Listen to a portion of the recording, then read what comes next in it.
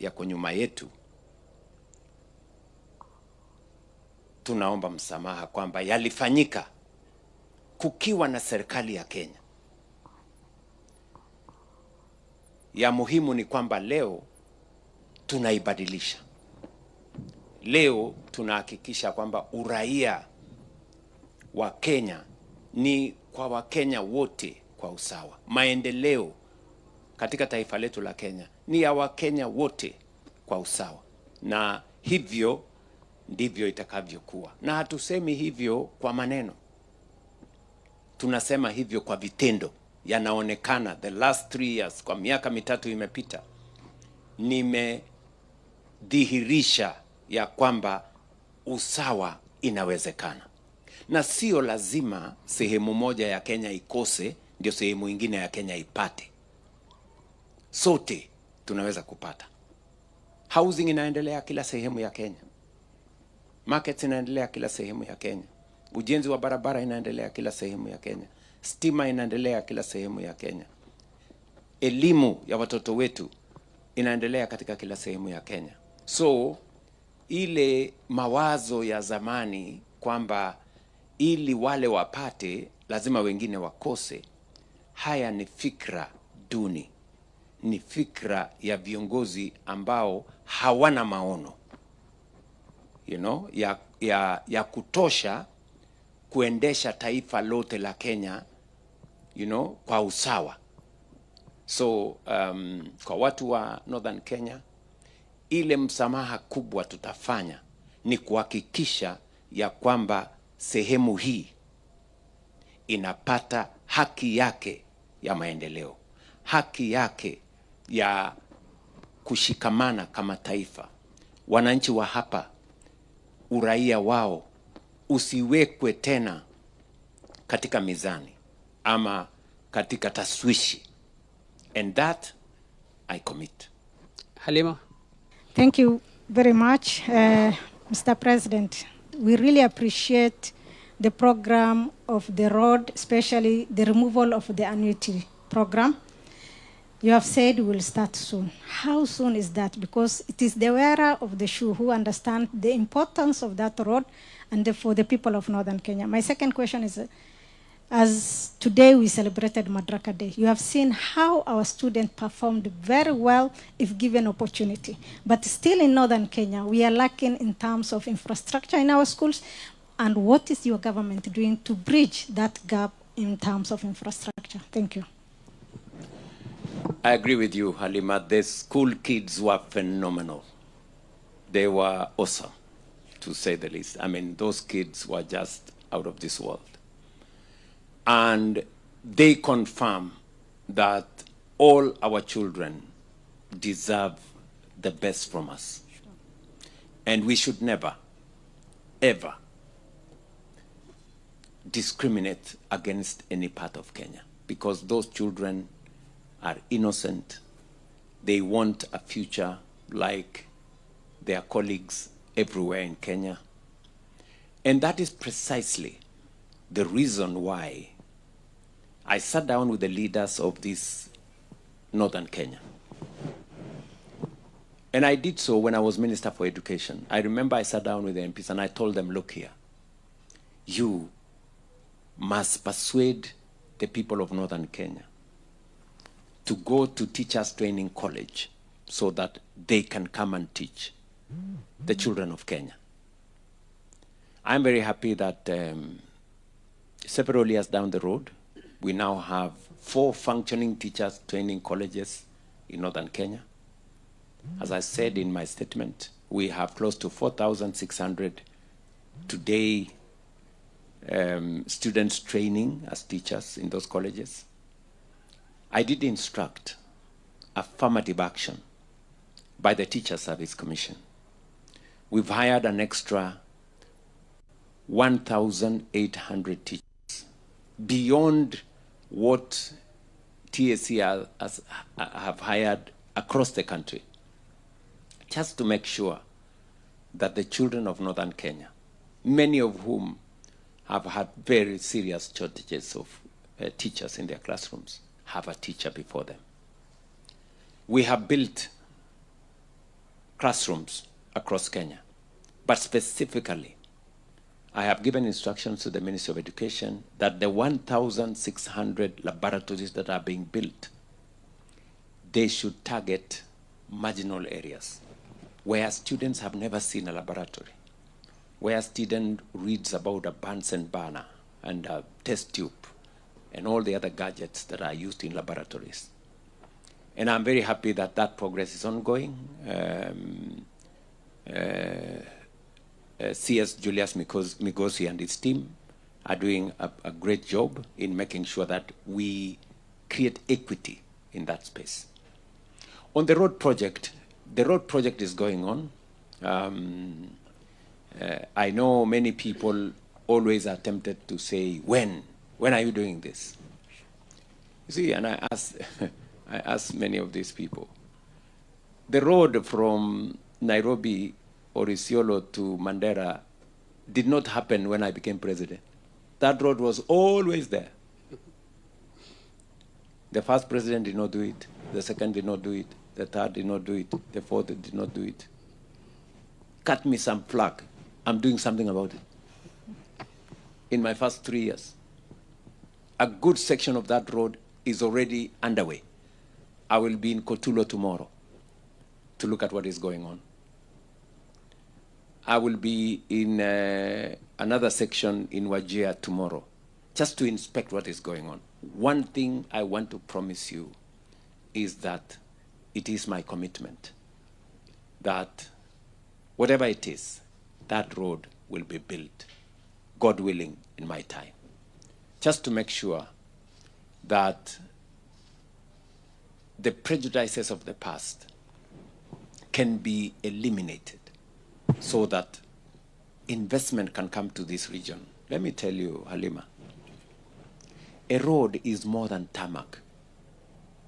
A road is bigger than just, a place for cars to use. It is way bigger.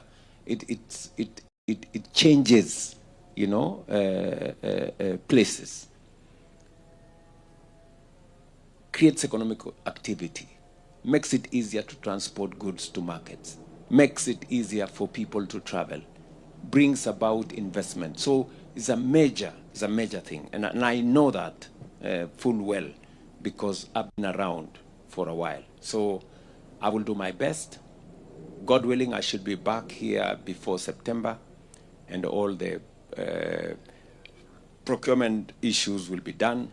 But that is just for those 2 sections. The other 9 sections are going on. Saitoti. Your Excellency, welcome to Wajir again for this and hosting for this roundtable of all the media houses based here in Wajir. My question goes on matters of border, and of course Kenya shares border with Somalia. And there are many economic benefits between Kenya and Somalia. And of course, these borders are closed up to now. Many successful regimes have never opened this border. And once it could be open, there are many economic issues could come here and there. Tax could be increased. And the northern Kenya, particularly people who are Garissa, Mandera, and Wajir, could benefit from this border. Your Excellency, honestly, will your administration open this border, or when? Thank you very much, Bwana Saitoti. Or so I was told.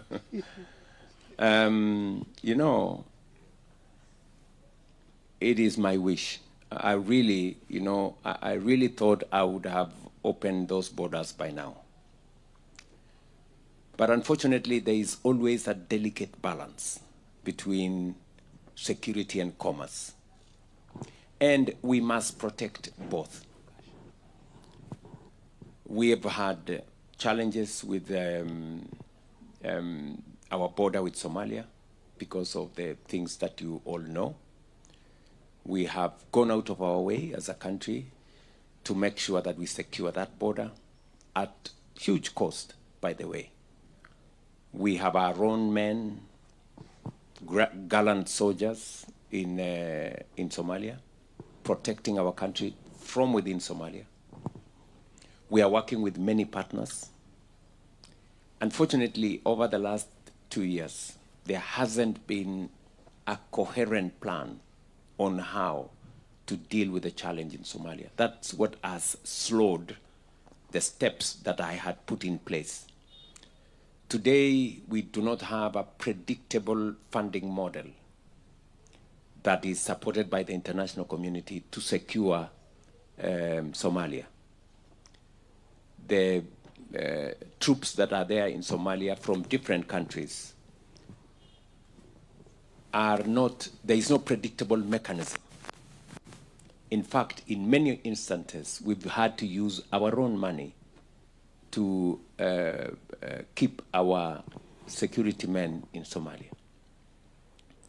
That has complicated the whole program. Number two, because there are two problems, that one, and also the problem is that we have a challenge of politics again in Somalia. Currently, there is an ongoing process that is not quite agreeable to all the states in Somalia. And we have, we're trying to assist them to create some understanding. Because if you do not have unity of government in Somalia, it becomes much more difficult to provide security. And I appreciate that there would be a lot of commerce between Kenya and Somalia, and indeed Kenya with all the other countries. Cross-border trade is a thing that we all aspire to. It is the reason why we have the East African Community. It is the reason why we have COMESA. It's the reason why we have Africa Continental Free Trade Area, to try and eliminate barriers, remove roadblocks to trade, because trade benefits everybody. So we're still assessing, we are still looking at opportunities to see how we can open the border, but that is a delicate balance that we must always keep in check to make sure that we do not do one and lose the other. Thank you, Excellency. Okash. Thank you so much, Mr. President. My name is Abdikader Ukash from Kulam Post. That's one of the leading digital media in this region, northern Kenya. Secondly, I want to ask 3 questions, and I think you will allow me. First, there were a lot of presidents in this country, and you proudly said that you take pride in taking northern Kenya part and parcel, to be part and parcel of this country into the fold. What really, take us through your mind, what really took, how do I put it, what really inspired that decision to hold a Madaraka Day celebration in Wajir? What inspired that decision in your mind? The second question, in the TJRC report, if I take you back, the report called for 3 things: a sweeping institutional reforms, widespread reparation for the victims, and an apology. We have the apology. How soon are we going to see reparation, and are there institutional reforms? And thirdly, I came by road from Nairobi, and from Dogashe, we started hitting the Maram. My colleague here asked you how soon. Now I want to take the question home. What were the bottlenecks? What is the status of the road project right now? Because a lot of times we have seen the machinery, we have seen you on the ground, but I'm not asking when, I'm not asking how, but what were the bottlenecks and what are we doing about it? Thank you. Thank you very much, Ukash. And I'm very happy to know that you run a digital media house. You know, it's quite it's quite a stroke of a genius. I mean, to have people like yourself, you know, looking at new spaces, you know, for opportunity. You know, it's not the traditional newspaper, it's not the traditional media house. And I think I want to commend you and those in that space. It also speaks to using the media space responsibly. You know, we are using the media space to create content, to, you know, get information to people. And that is why you have come to sit here and try and get some information from me to pass to your audience. You have said something about what informed me to do this. Number one, it is the right thing to do. It is the right thing to do. I am one person who believes in people. I believe in inclusivity. I have worked with every community in Kenya. I think I am one of the politicians in Kenya that can go to Nyanza and there is a relationship between me and them. Western the same, Central the same, Northern Kenya the same, Coast the same. And in my place as president, in my place as the leader of this nation, I have the responsibility, unique responsibility, to be the father of the nation. And that comes with huge responsibility. It means you have to think about every part of Kenya in a way that a father thinks about their children. And you have to balance, you know, and make sure that none of the parts of Kenya, no community in Kenya feels they don't belong. You know, many people, you know, tell me, oh, you see, you're wasting your time. Don't do this to this community. They will never vote for you. Don't do this to this part of Kenya. They will never vote for you. You know, I am not doing things for people to vote for me. I am doing them because I am the president of Kenya. They do not have another president. And I am doing them because it is the right thing to do. Some of the things that I do, Bukash, are not very popular. But I do them because it is the right thing to do. People may not appreciate today, maybe not tomorrow, maybe not next year, but one day they will know that it was the right thing. I will give you an example. And just so that I contextualize what you have asked me. When I drove the program of housing, and there was the housing levy that created the housing fund, it required contribution of 1.5% by every Kenyan and 1.5% by their employers. And it was a difficult thing, you know. So many stories were said, you know, this man is a Sakayo, I don't know what, you know, those things. But today, 3 years down the 3 years down the road, every part of the Republic of Kenya is changing. And I tell you, without the housing levy, without the housing fund, everything you see, from the houses right here in Wajir, from the markets you see, from the hostels, our own children, we are building hostels for 180,000 students. You know? So, that is what changes a nation. The right decision changes a nation. And so that, to put it in context, what informs my righting the wrong that was done to the people of northern Kenya is because it is the right thing.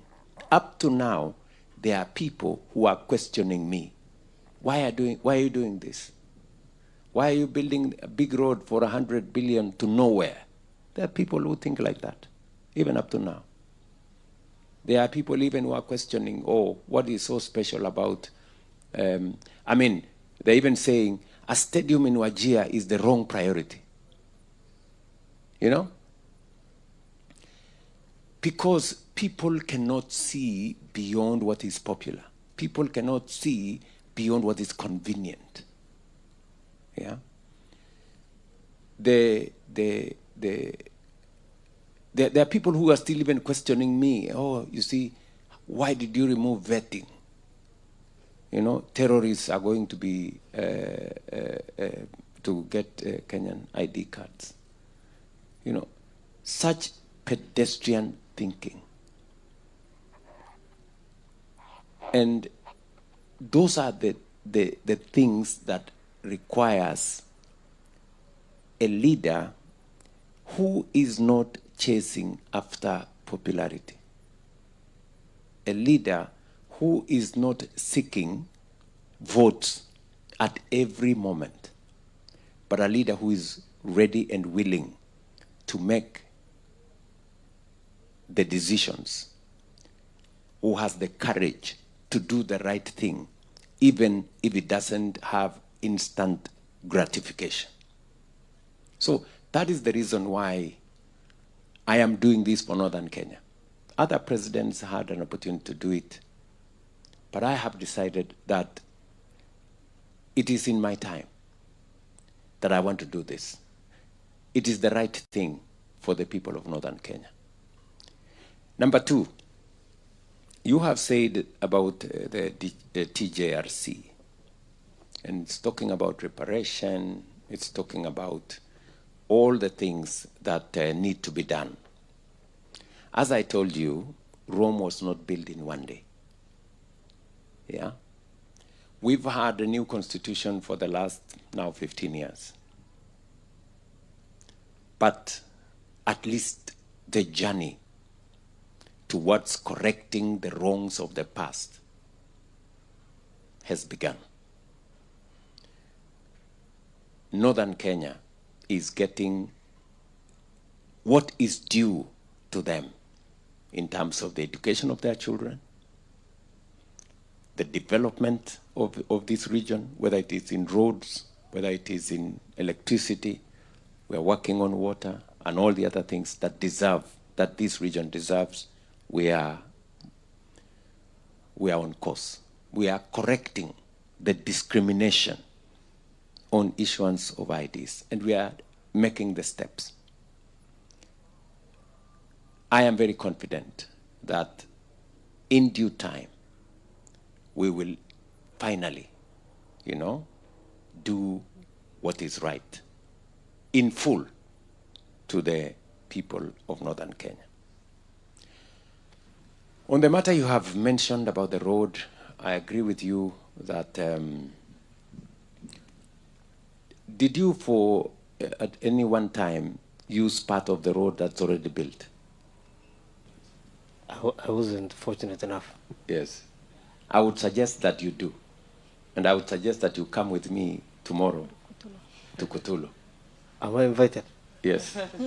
You can count what I have said as an invitation. Thank you so much. So that you see part of the road, part of the sections of the road that we are working on. And I am very proud of it. It is phenomenal what's going on. The section from Modogashe, I am briefed by the ministry that the consultant will be appointed this month. The procurement will happen next month. And God willing, by August, latest September, we will come and with a contractor to begin the works. That is both on the two sections, Modogashe to Samatar and from Ramo to Mandera. And I am very persuaded about it. We had to terminate the contract, the annuity contract that was there. And to avoid legal problems, you have to take it through a process. And I think that's what took a while. Of course, some of the sections, some contractors also brought issues that there wasn't enough security. But I have mobilized the whole of government. There is adequate security to make sure that this road is built, because this road will also be a security road. It will actually change the security of this region, and that is why it is important.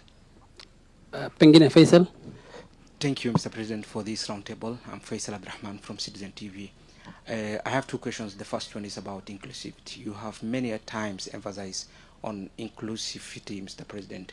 How can this be made constant when, in a national discourse, when a regime after regime flip the scale of equality? The second question is about the opposition is accusing you for using this trip as a belt and not a real development. What's your response to them?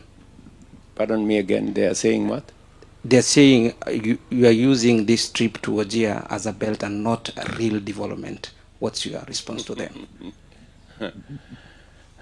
Thank you very much.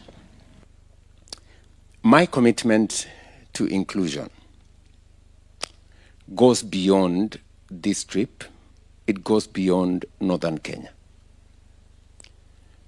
When I had the opportunity,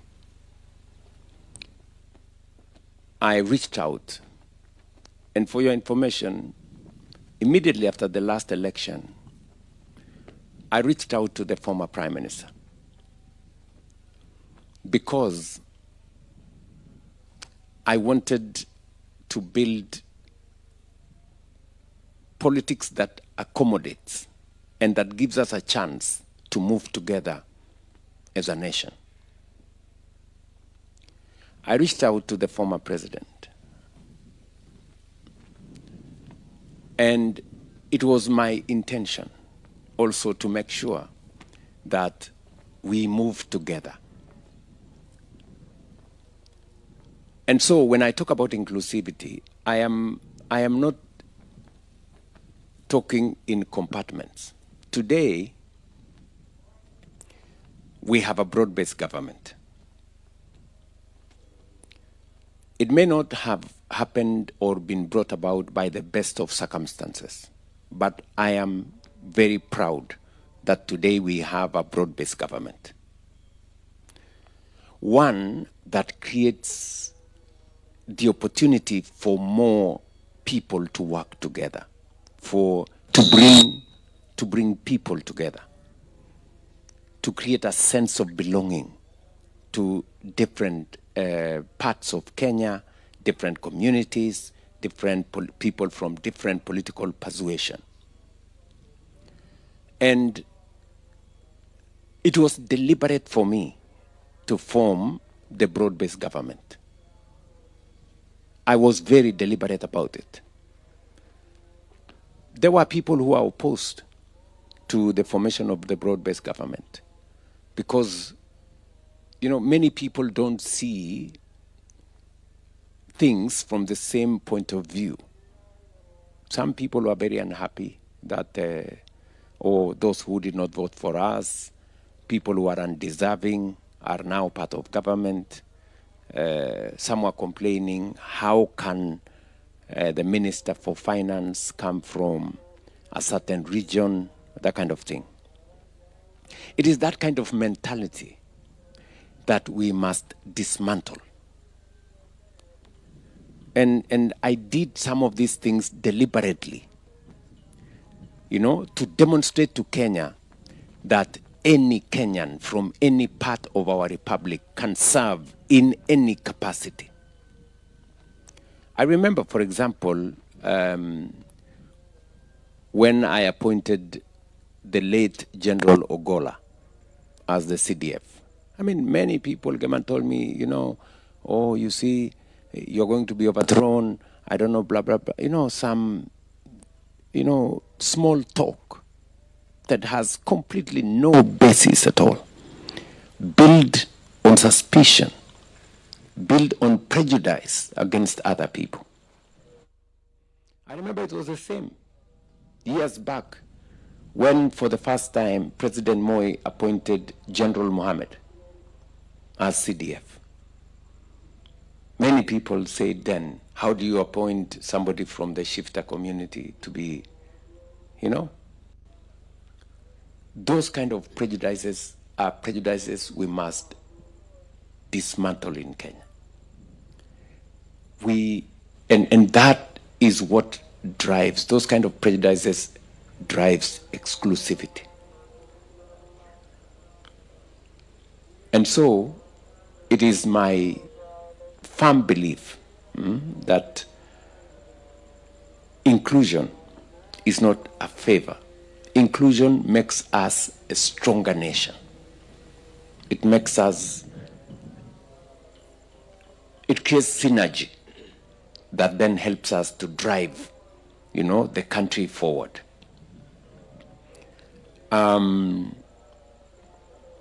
As for those on the other side, they are entitled to their opinion.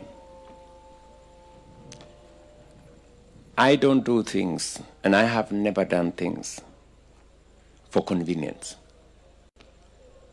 or to push a political agenda. What I do is that which I believe in me that is right for Kenya. My friend, it's not always that one becomes president of a country. It's the highest honor anybody can be.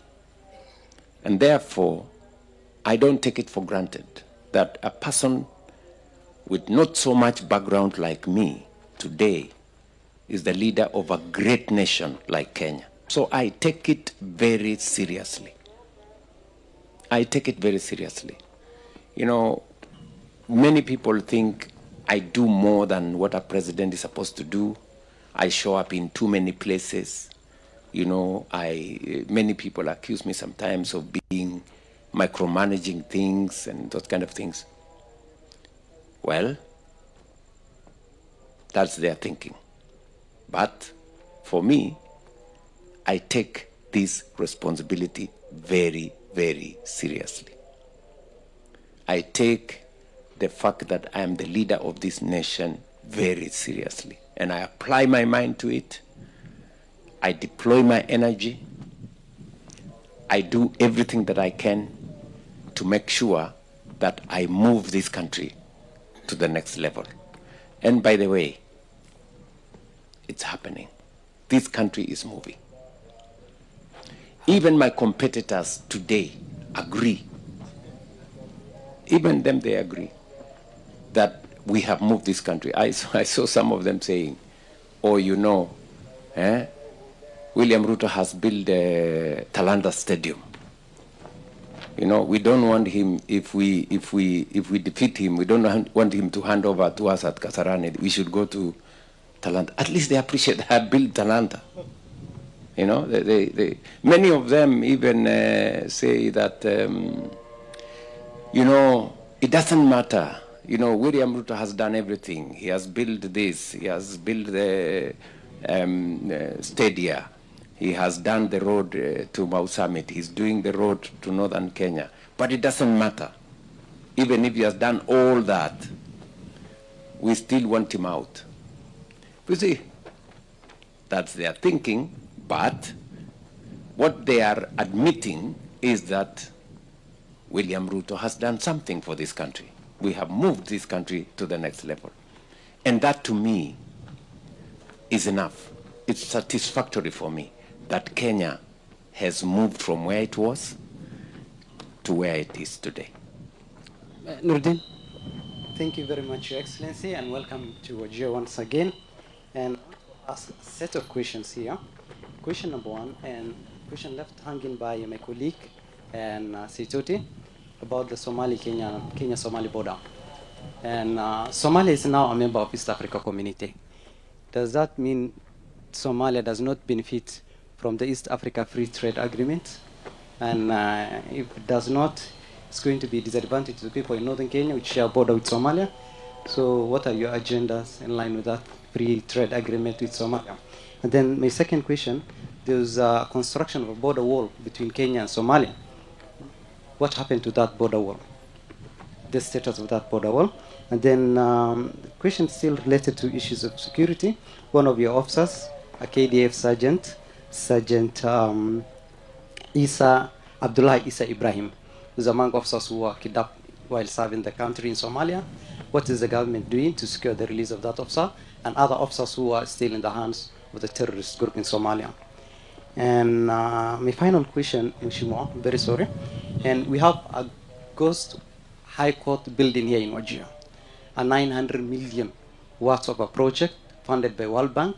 It's lying idle. It has become a white elephant project in town. Apparently, the judge who has been posted to this town is using a small makeshift room at the court building here in Wajir. It's ironical, but the facility is lying idle. What is your government doing to revive such project which could have served the people in northern Kenya? Thank you. Thank you very much. Even though we have a challenge with the border, that does not deny Somalia the opportunity to trade with the rest of the region. The trade between us and Somalia would be a lot more, but now it's forced to be trade that does not necessarily use our borders. But there is trade that is continuing. We have so much happening by freight. We have so much happening by alternative means, by sea and other avenues that continues to facilitate trade between Somalia and the East African community. So it would, of course, have been a lot different if the borders were not with the challenges that we have. But that is something that we will continue to assess, and hopefully, once we sort out the political challenges in Somalia. I was just briefed today by the Somali ambassador that President Hassan Sheikh will be coming to Kenya for the Ocean Summit early this month, and it will give me and him an opportunity to explore opportunities of what we can do together to see to it that we solve some of the challenges that exist with our borders and with our region. On the High Court facility, we have just approved as cabinet a facility for the judiciary to be able to expand some of their facilities across Kenya. It is a constitutional requirement that every part of Kenya must have requisite infrastructure for justice to be dispensed. And we have approved as cabinet and as government a facility for us to work with development partners to expand the footprint. I am very confident that one of the facilities that will benefit from this new funding that we have signed into will be Wajir, and hopefully we can now deploy the full scale of a high court here and make that facility operational. You asked me about construction of the border wall. That is a facility that was undertaken by government. It got to a point and priorities became different, and I think there was new thinking that maybe we can better protect this region differently. And we now have a dedicated unit that from the military that is assisting and working in a multi-agency framework to secure that region.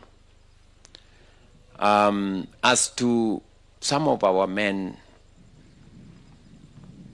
military officers,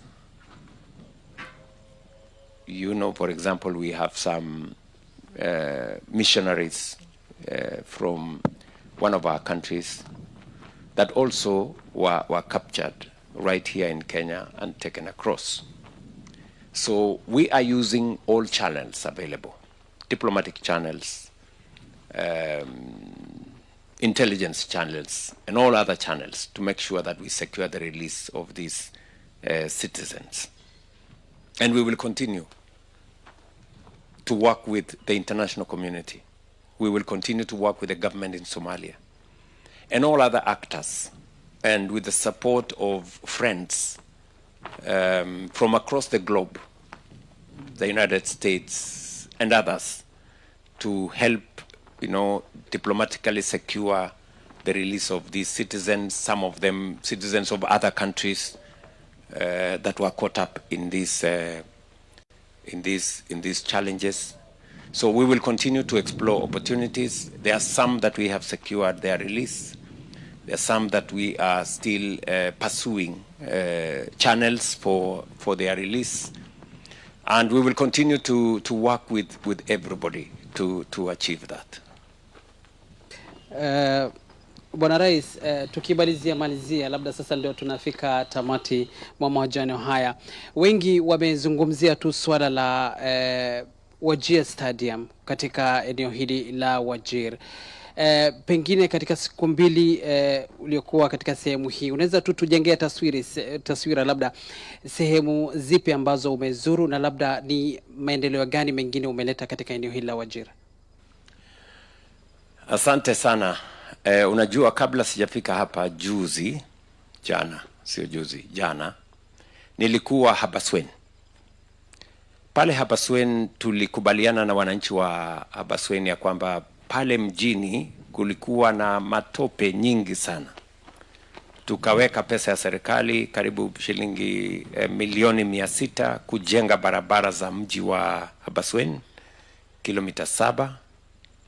5 zimekamilika. Nilipitia huko kuziona jana, na zingine zinaendelea, na nimewahakikishia wananchi wa Habaswein ya kwamba barabara kubwa ambayo itajengwa sasa, hiyo corridor ya Northern, ndio itapitia Habaswein town. Ile barabara ambayo hatujafanya pale ni kwa sababu hiyo ni baadhi ya barabara zitajengwa na ile Northern corridor ambayo nimezungumzia hapa kwamba tutaianzisha. Nilipitia pia Habaswein kwa sababu ya mambo ya stima. Pale tumeweka mini grid ambaye ni hybrid, ambaye tumetumia karibu milioni 700. Nimekuja kuifungua.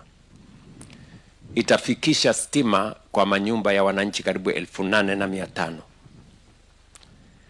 Na hiyo ni awamu kidogo. Wajir South mzima tunatumia 1.1 billion kuunganisha stima kwa wananchi wa Wajir South. Pia tulikubaliana na wao kwamba tutawajengea soko mpya ya milioni 150. Tutawajengea affordable housing, imefanywa kandarasi. Nyumba 400 zitajengwa pale. Na vile vile tumekubaliana ya kwamba hostels ya TVET tayari tumepatiana kandarasi, ndio watoto ama vijana wanaosoma katika technical training college yao waweze kupata makazi. Vile vile nilikubaliana na watu wa Habaswein ya kwamba ile airstrip iko katikati ya town, tutakubaliana na wao tuiondoe nje kidogo ndio tuweze kuwajengea tena upya. Baada ya hapo nikaenda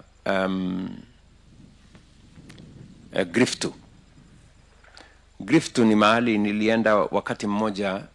Nimeenda kule mara nyingi, lakini wakati mmoja nilianza kwenda pale nikiwa waziri wa kilimo. na tulianzisha pale college ambayo nimefurahi ya kwamba sasa tumeinua miaka 4 5 hivi iliyopita tulitoa pesa ya serikali karibu shilingi milioni 300 to upskill, you know, the livestock training center in Griftu. Na nilienda pale kwa sababu ya kuupgrade hiyo college na vile vile kujenga barabara za pale mjini. Nilienda kuzianzisha kwa sababu tunajenga barabara kilomita 10 kuunganisha ile barabara kubwa ambayo inaenda Moyale na watu wa Griftu na kujenga town ya Griftu iwaje kuwa ni mahali ya vumbi na matope, ianze kukaa kama town. You know, saa hizi inakaa kidogo kama kijiji. Lakini that's what I went there to do. And I have many other projects that are going on. Kuna miradi mengine mingi. Kesho nitakuwa Eldas. Kuna barabara naanzisha kule Eldas. Kuna mradi wa maji ambayo ninaanzisha kule Eldas. Na vile vile nitaenda Kutulo kwa maneno ya barabara ya sehemu ile, na pia kufungua mambo ya stima ambayo tumekamilisha katika sehemu hiyo. Na haya tu ni baadhi ya miradi ambayo yanaendelea katika Northern Kenya, na nitarudi hapa tena. Baadaye nitaenda Garissa kesho kwa sababu pia na kule tuko na shughuli ya miradi ya maendeleo ya sehemu hiyo, na nitarudi tena hapa Northern Kenya kwa miradi mingine kushughulika na programs ya maendeleo ya sehemu hii. Kwa mfano tumemalizia kujenga airport ya Wajir, na nashukuru county government ya Garissa kwa sababu ya kujenga terminal building ambayo sasa imekamilika. Pia nitarudi hapa, tume expand runway ya Wajir, na kama vile wananchi wa hapa waliniuliza, sasa tuta expand ile terminal building na tuwe na civilian terminal building, ndio ache terminal building ya wanajeshi, tuwe na ingine ya wananchi ya maraia. Vile vile nimezungumzia jana pia Mandera. Muliona karibu miezi 2-3 iliyopita kulikuwa na ajali kidogo ya ndege pale, kwa sababu ile airstrip iko katikati ya town, na tulikubaliana na wananchi wa pale na viongozi ya kwamba tutaitoa nje, na tayari panga vile serikali itajenga airport mpya ya watu wa Mandera, katika harakati ya kuhakikisha ya kwamba kila sehemu ya Kenya inashughulikiwa na miradi na mipango ya maendeleo. Na tunafanya hivyo sio Northern Kenya peke yake, tunafanya hivyo sehemu zote za taifa letu la Kenya. Specifically tunazungumzia kuhusu Northern Kenya kwa sababu leo tuko hapa, na kwa sababu vile vile tunajaribu kusahihisha ile makosa ilipatikana pale nyuma, kuhakikisha kwamba sehemu zote za Kenya tunashughulikia. Mimi nimefurahi sana leo. Pia nimeenda kufungua hospitali ya level 5 ya Wajir, na nataka niwapongeze viongozi wa hapa, hasa governor wa hapa na members of the county assembly kwa kufanya kazi mzuri ya kujenga hiyo level 5 hospital. Ile nimekubaliana na wao ni kwamba tutawasaidia katika equipping, kuweka vifaa ya kuhakikisha kwamba hiyo hospitali inahudumia watu wa Wajir. Na tayari equipment ambayo tumetoa kama serikali ni karibu milioni 300 ikielekea 500 ya matumizi kwa hospitali za watu wa Wajir. Different x-ray machines, digital x-ray machines, CT scans na yale mengine ambayo yanatumika katika mahospitali zetu. tumekuwa na changamoto pale nyuma ya vifaa kupatikana, but we developed as a government an innovative equipment deployment mechanism that does not put a strain on either the county or the government or the facilities, but they are done in a manner that is mutually beneficial between the private sector and the public sector. So mimi nimefurahi sana kuwa hapa katika county hii na katika sehemu hii ya Northern Kenya, na mimi nataka niwaeleze wananchi wa Kenya kutoka hapa Mandera, mambo ya afya ni mambo ya muhimu sana. If there is one thing that I am very, very passionate about, is the health of the people of Kenya. And I can see with clarity the opportunity that is there for us to equalize all Kenyans so that we can live by the constitutional imperative of Section 43 of our Constitution, that health is a right of every citizen, irrespective of their social or economic background. And that is why we have deployed as government the largest program in the history of Kenya is universal health coverage. Today we have 31.5 million Kenyans registered. The largest program ever. And I want to say this, that the universal health coverage we are driving in Kenya, the innovation that we have put in, the digitization, the deployment of technology, what we are doing with supply of commodities, what we are doing with deployment of equipment will be the most progressive universal health coverage, not in Kenya, not in our region, in the world. Mark these words. You will come to know what I'm saying is the correct position one day.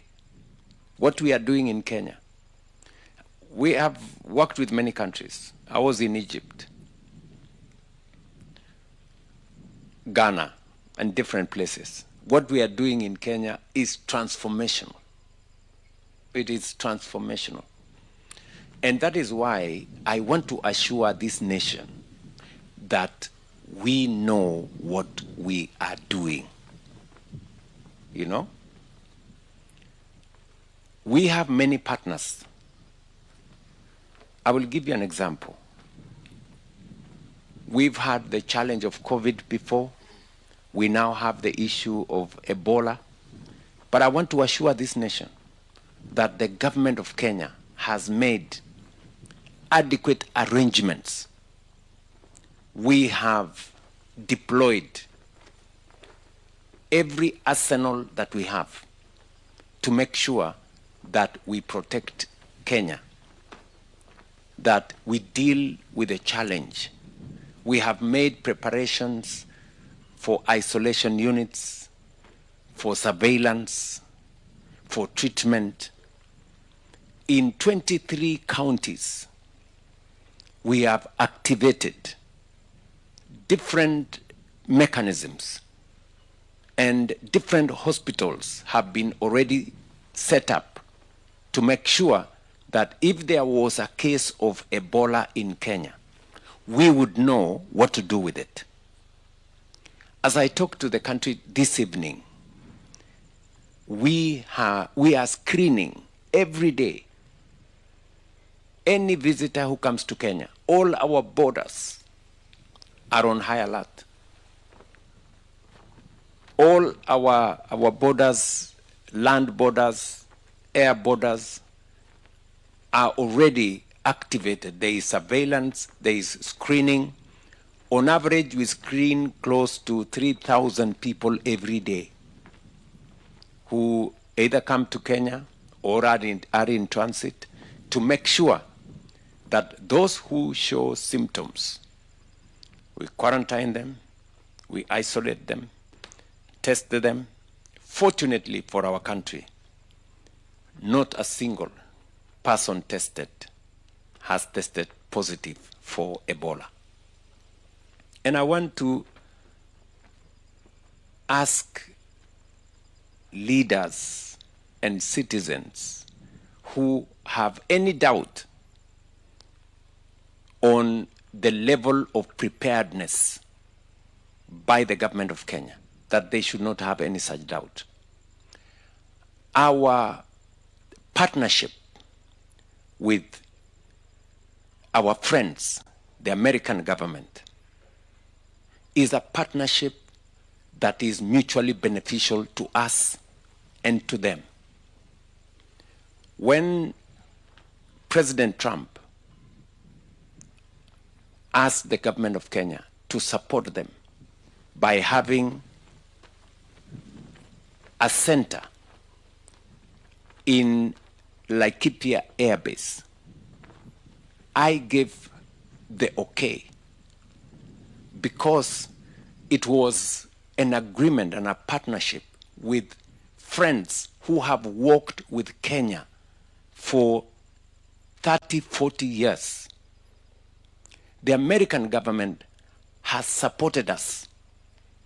They have deployed huge resources in Kenya to work with us on HIV/AIDS, to work with us on other diseases. They worked with us on Ebola. In fact, KEMRI was one of the institutions that worked on research on the vaccines for COVID, because we have a solid partnership with America and other partners.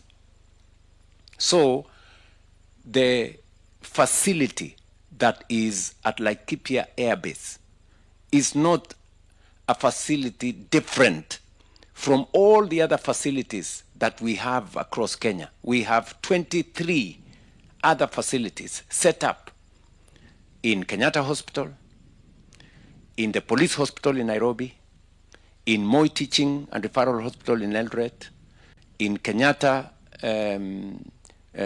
Hospital in Thika, in Alupe Hospital in Busia, and in many other areas.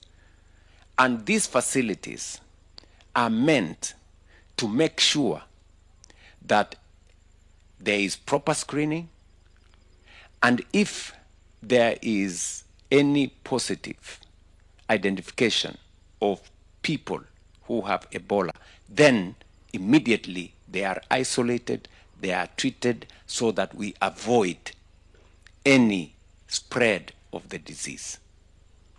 So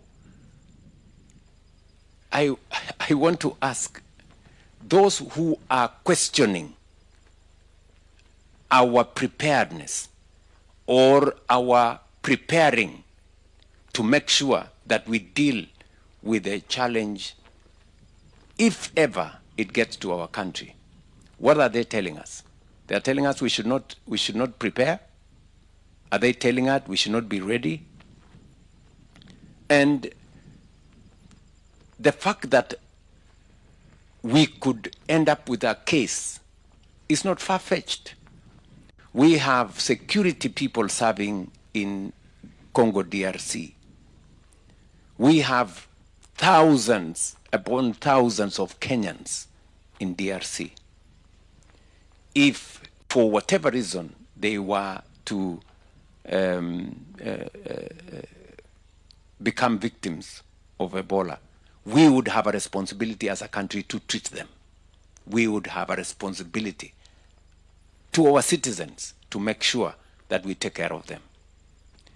What the American government is doing is to work with us in partnership to build the capacity to make sure that if ever we needed a facility, that facility will be there to serve the people of Kenya and to serve our friends, including the Americans. And let me say this for the avoidance of any doubt, this is not the first time we are doing such a facility with partners.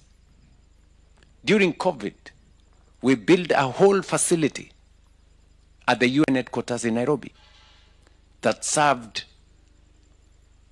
people from different parts of the world, members of the UN family, others who were in need.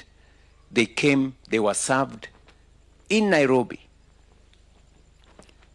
I am wondering why anybody would want to politicize, to mobilize negative politics on a matter so serious as a pandemic. You know, we are a responsible government. We know what we are doing. So people should relax. You know, politicians should avoid reckless, unnecessary talk that doesn't mean anything. I am very confident about what we are doing as a country. I can assure the people of Kenya that the agreement between the government of Kenya and the American government is for the good of our country and for the partnership that friends like the American government have demonstrated to us over time. They have deployed huge resources. They've given us a grant of close to 200 billion Kenya shillings to support the building of our health infrastructure. They've done it before. It's not the first time. They're doing it again because that is the nature of international solidarity. That's the nature of friendship and partnership with people whom you share common values, like the way we do with the American people. So I say this just to make sure that anybody who wants to know what it is, this is from me. The same way I am serious and committed about making sure that every citizen, irrespective of their financial or social status, has access to health. It is the same commitment that involves our commitment to dealing with pandemics, including Ebola. So, sorry if I have gone too far into other manenos, but I think it is the security of our country that is at stake, and that is why I must speak candidly about this. Nitawapa nafasi wanahabari wenzangu ambao wamekaa kwenye panel. Labda nikimpa nafasi Fahad na Saman pia. Excellency, welcome to Wajir. Asante. I am Mohamed Saman, an national fan also from Wajir. Karibu sana. My question is, during the Madaraka Day exhibition week here in Wajir, for the first time ever, a child in Wajir has seen an emerging technology. Like, in fact, a kid from Wagberi Primary saw a robot for the first time. What is your government doing to ensure that remote areas like Wajir are not left behind in the ever-changing technology world? Thank you so much, Excellency. Thank you, my friend. Very progressive question. Just so that you know, we are rolling out a national program of making sure that we expand our fiber optic connectivity across Kenya so that we can use the digital platform to bring on board technology, you know? And so when I talk to the country about what we are doing on the digital space, it is because I believe that the future of our nation is going to be driven by technology. And that is why I said in my statement today that my pride is that the first grade 10 cohort, 52% are actually students enrolled in STEM subjects. the people who will do exactly what you're saying. They will want to know what a robot is. How do we use a robot? How does technology change the way we deliver things? In the hospital right here, when I went to open the hospital this afternoon, we were being shown a drone that is going to be delivering blood from one facility to another. That's going to delivering critical medicines. If there is, for example, a critical patient in Bute, you know, a drone can deliver the correct medicine within half an hour. If you were to use the road, you would maybe possibly take 3-4 hours, you know. So we are making it easier to save lives, you know, to serve people much more faster, much more efficiently using technology. And that is why we must train, we must provide facilities for students, for pupils, to create pathways for them to be able to do STEM subjects that will give them the possibility to deal with the technology you're talking about. So we are spot on. We are not only doing the right thing with curriculum, and that's why, you say it's Sama? Saman. That's why I am a great believer in competence-based education. You know, for a very long time, we took kids to school to pass exams. You know, that's not all, because all our students are not gifted the same. Now we have 3 different pathways. So recognizing that our children are gifted differently. There are those who are gifted in arts. There are those who are gifted in STEM subjects. There are those who are gifted in sports, you know, and we must develop all those talents so that we can have a wholesome society. And that is why I was saying today in my statement that it is now clear to us that if 52%, and our intention is to drive it to 60% of our students, we will now be developing students who are not only good at passing exams, they will do critical thinking, they will do problem solving, and then they will be able to leverage on technology to be able to make our country better. Remember, I have said that no society can progress beyond its capacity to think. You know, if it's the knowledge we are building, how do we create new knowledge? It's through education, training, and through research. So I quite agree with you that no part of our country is going to be left behind. That's why we are changing the curriculum.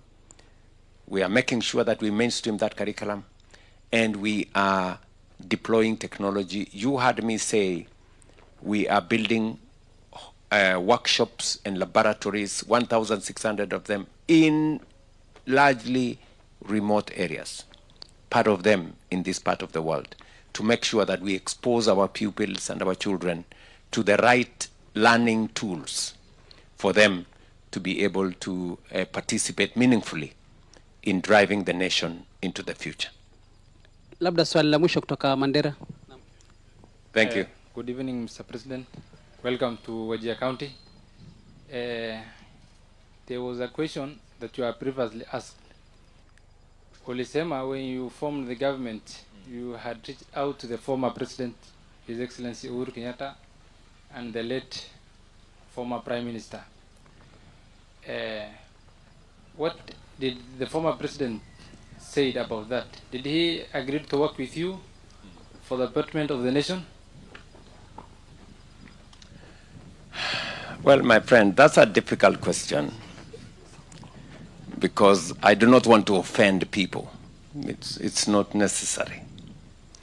But that does not stop me from working with, I have many friends from across the nation.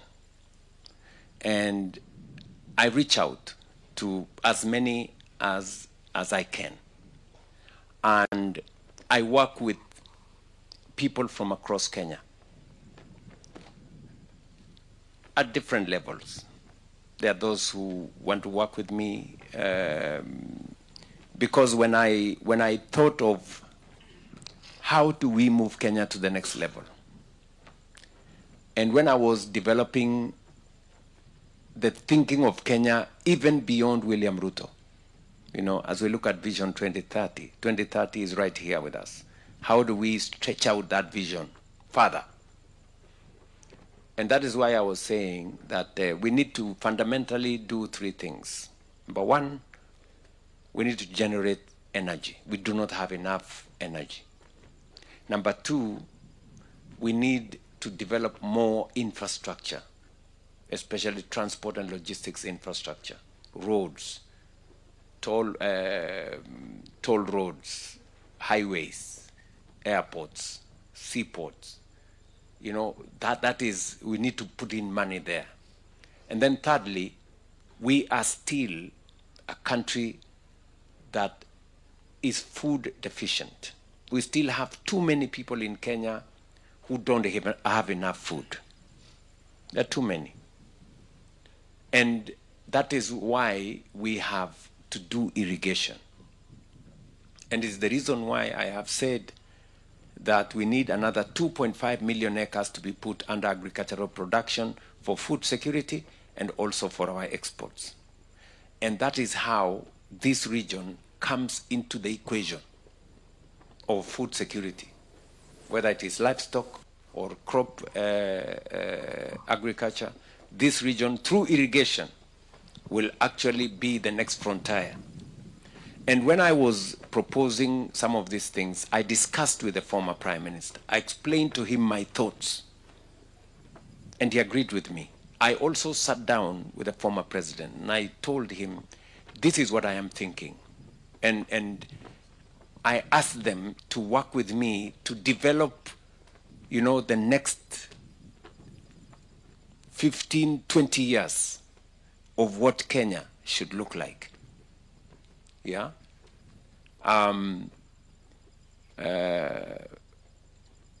We will continue to, you know, work with everybody who wants to work with us. You know, unfortunately, you know, some people are short-termist. They are looking at the next election. You know, the next election is okay. You know, we can discuss about the next election. But what is important for Kenya, it's not necessarily the next election. It is, how do we see the next generation? How do we see Kenya beyond the leaders who are here today? Because that is how countries that have succeeded have stretched their imagination and their thinking for them to take the country that far. And I just want to give you my assurance, my friend, that I will work with all the leaders who are prepared to think about Kenya beyond their, you know, their communities, the next general election, the next, you know, or their region. I mean, this country is way, way greater than any person, any election, or any region. We are stronger together. We are stronger as one, and not in not divided. Nitampa nafasi ya mwisho labda Fahad, lakini kabla ya hayo Bwana Rais, wenyeji wa Mandera wanaulizia swala la ukosefu wa stima. Umekuwa pale Mandera, kumekuwa na generator imepelekwa pale. Kwa mara moja uliwaahidi kwamba utatoa stima nchi jirani ya Ethiopia. Mpango huu umeishia wapi? Mpango huo inaendelea. Nimekuwa hapa na governor wa Mandera, niliongea naye jana. Nimekuwa hapa na senator wa Mandera na viongozi wa Mandera. Mbunge wa Mandera Town alikuwa na mimi leo akiniuliza mambo haya, na nimeshawapatia taarifa mahali tumefikia kama serikali. Tulipeleka, kwa sababu kwa sasa inahitajika karibu megawatt 3 ya stima. Tulipeleka transformers mpya kule. Shida kidogo ikatokea kwamba katika ile kutransport zile transformer kuna yenye iliharibika njiani na inarekebishwa, na nishawapatia hakikisho kutoka kwangu ya kwamba wizara ambayo inahusika, wizara ya kawi, inashughulika na haya maneno, na mimi mwenyewe nafuatilia kuhakikisha kwamba tunatatua tatizo hilo. Pia hapa Mandera, Wajir. Hapa Wajir, pia hapa Wajir tuko na mpango tayari. Tunafanya procurement sasa ya karibu shilingi bilioni 2.5 kuhakikisha kwamba tuna generate kupitia kwa solar megawatt 8 ya watu wa hapa Wajir, na solarization na hybridization, ndio tuhakikisha kwamba tunapunguza ile diesel inatumika hapa, na tunahakikisha kwamba kuna stima ya kutosha. Fahad. Thank you. Your Excellency, thank you. My name is Ahmed Hussein. I work with Standard Media Group. I have 2 questions, Your Excellency. The first one is, does it bother you when people say must go? Does it make you feel exhausted trying to do too much, yet people don't look like they appreciate? My second question is, Rigathi Gachagua and the opposition today said it was wrong for you to hold Madaraka Day celebrations here in Wajir, yet people from this region need basic infrastructure like schools, in the water, health sector. They blamed the local leadership in the northeastern region for failing the region, rather than the successive regimes that you paid, you rather apologize for. Thank you. I think you have helped me answer the question. Because those who are complaining about us holding Madaraka here, they have done absolutely nothing about the situation in this part of the world. It is my administration that is changing northern Kenya, practically, with roads, with electricity, with water, with housing, with markets, with hostels, here in northern Kenya. And it just confirms to you that those people have no vision, they have no plan, they have no agenda. They have nothing to offer except criticism for the sake of criticism. And they will blame everybody except their own ignorance and their own incompetence. When those people had an opportunity to lead, they did nothing about northern Kenya. Absolutely nothing. Some of them have been in leadership for long, right? So I don't think we should bother ourselves with those ones. Those ones are just wasting our time. And must go, must come, must do whatever. That's the beauty of democracy. You can say whatever you want. You can chant whatever you want. One term, Kazungu, and all the others. But they don't bother me one bit, because bottom line, the people of Kenya will assess every leader on account of their track record, of their vision for the nation, and of their plan for the future of Kenya. Kenyans listen. You know, when I talked to the people of Kenya in the last election,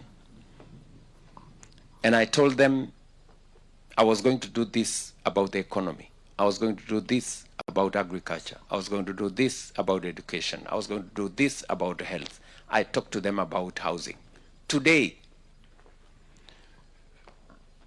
I can face the people of Kenya and tell them, when I told you about the economy, I have sorted out inflation, I have dealt with exchange rates, I have dealt with interest rates. And today, we have saved more money than ever. I can face the people of Kenya and tell them, I told you something about agriculture, that I was going to change agriculture. Today, I have transformed agriculture. Fertilizer prices have come down. We have removed cartels in the sugar industry. We have removed cartels in the coffee industry. Today, farmers are earning more money in sugar, earning more money in coffee. You heard the statistics today. Our meat exports has gone up by 80%. Our dairy product has gone up from 4.9 billion to 14 billion shillings. So I have transformed agriculture, and I am ready for the exam on what I committed and what I have done.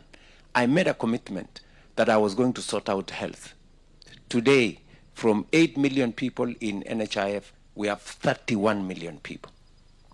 From the monies that were being disbursed by NHIF, close to maybe 25, 50 billion. 3 or 4 times that used to be done by NHIF to our health facilities.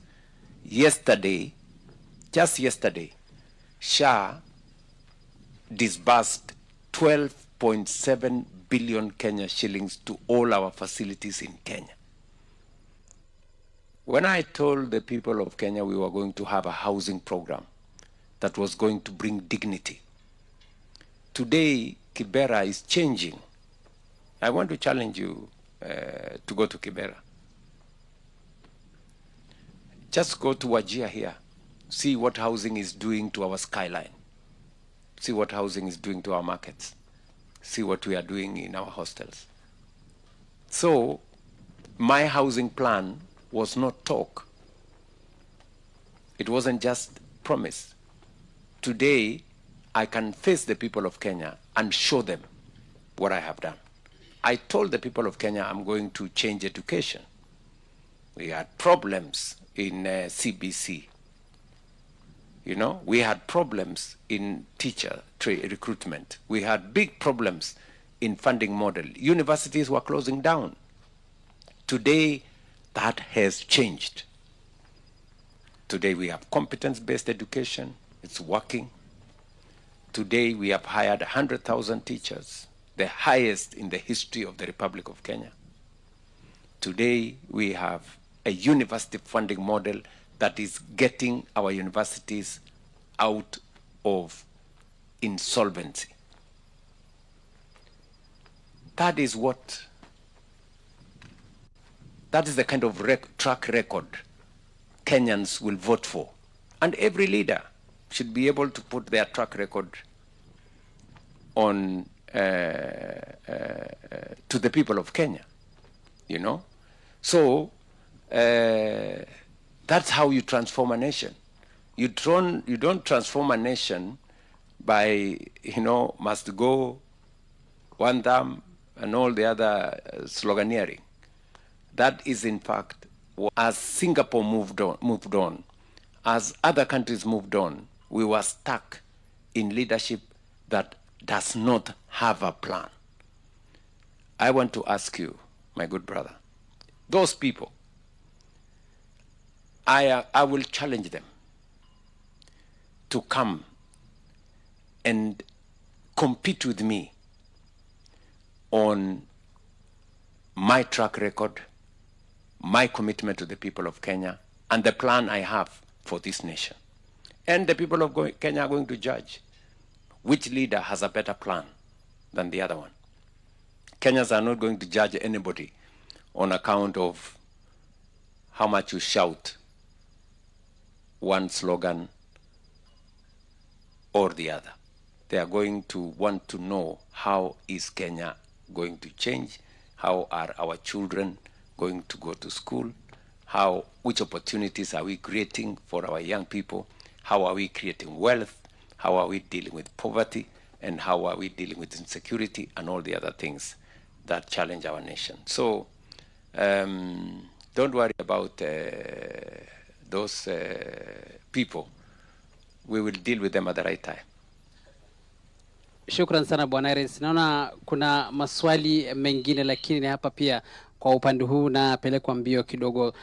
Tumeshukuru sana muda wenu watazamaji kwa kutizama mahojiano haya moja kwa moja kutoka eneo hili la Wajir. Na bila shaka rais alizungumzia mambo mengi yakiwemo kuzungumzia au kuangalia upya swala la Wagala Malkamare na bila shaka mauaji ya Garissa. Baadhi ya mambo ambayo amezungumzia pia ni mpaka wa Kenya na Somalia, na amesema kwamba tutazidi kuzingatia hali hiyo japo si wakati sahihi. Kwa hivyo nitampa mwenzangu labda Faisal akimalizia. Ngenipatia kidogo one time. Gender equality.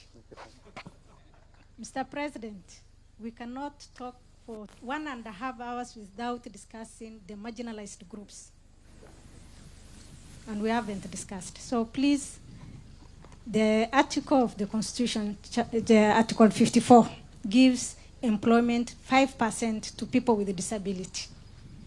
And as a country, we are at 2%, which is very unfortunate. So as your administration, what punitive measures are you putting in place so that people with a disability are inclusive in all employment, whether government or public institution? The other thing, Nyota Fund has really supported our youth. Do we have empowerment program for people with a disability? Thank you. Thank you very much, Halima. And just to assure you that the issue of inclusion is not an event. It is a deliberate process. You know, it will not happen in one day. And I agree with you, maybe we need to do more. In fact, as part of driving affirmative action around marginalized groups, I have set up an office right in the presidency to drive the inclusion agenda, especially of marginalized groups. We are seeing how we can extend more bursaries, you know, to the marginalized groups. We can extend more opportunities. And maybe that is something that I will take home as some homework for me to work on it, so that we can accelerate it more. And on the last issue about empowerment of the same categories of Kenyans, it is still what I have told you, that it is work in progress, and that's why I have asked the head of public service to personally lead that exercise, so that we can bring on board people who feel they are not part of this equation. Even as we do what we are doing in northern Kenya, we must do it also for all the other marginalized sectors of our society. But allow me, because of time, to say I'm truly grateful. Thank you very much for taking your time to listen to me. I know there are many listeners out there, people from different parts of Kenya. I want to tell the people of Kenya that Wajir is a great place. It's a wonderful city. And because what I have seen here, as I have done in the past, you know, there are great opportunities for people for investment in Wajir. I want to encourage investors to come and invest in this part of Kenya. We will, as I promised today, we will be working on building a university here that is going to harness the rich history of this county. A county or a town that was set up in 1912 is one of the oldest towns that we have in Kenya. And so I want to encourage more people to travel around Kenya. Let us sample our country. Your village is good, but maybe you want to discover the next village. And you might find that there is something to share across Kenya. So asanteni sana, nawatakia heri. Thank you, good people, for all the engagement that we have gone through. If I have fallen short of answering some of your questions, it was not intentional. It was in the course of doing business. Asanteni sana, and I wish you well. And good night. Asante.